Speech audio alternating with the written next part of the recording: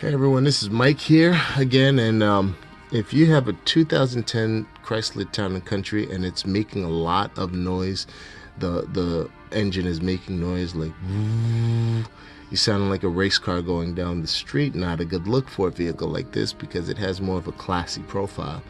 And you're hearing a sound and it's coming from right under your feet, or the front of the vehicle instead of the back where you would traditionally hear a muffler sound, then it's most likely this exhaust pipe right here, this pipe that comes off of the it looks like a catalytic converter right here, or exhaust manifold.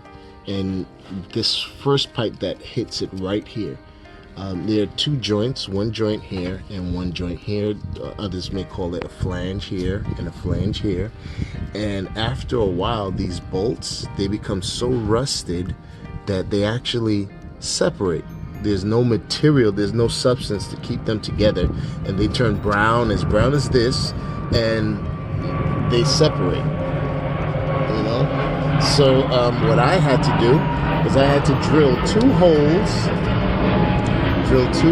a hole here and a hole here, and the hole was a quarter of an inch, or you can go up to 3/8, whatever you desire, and get the matching bolts and washers, bolt, nut, and washer, and install them. And what will happen is this mouth will close and come together, and then that sound will end.